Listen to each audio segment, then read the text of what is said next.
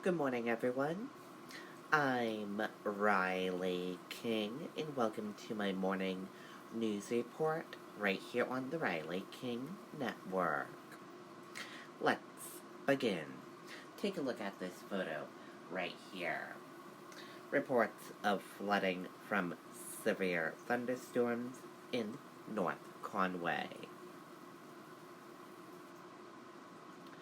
Police are reporting a foot of water covering Route 16 from Burger King into North Conway Village.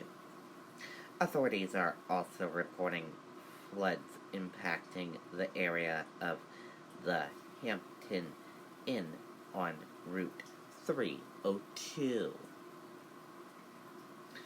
Police are urging travelers to use caution when moving through the area and to avoid the area if possible until the rain subsides.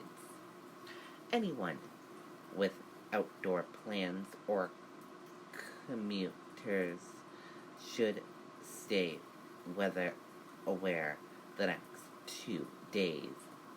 You can download the free WMUR app and opt into push notifications to receive weather alerts to your particular location and slash or up to 3 zip codes of your choice.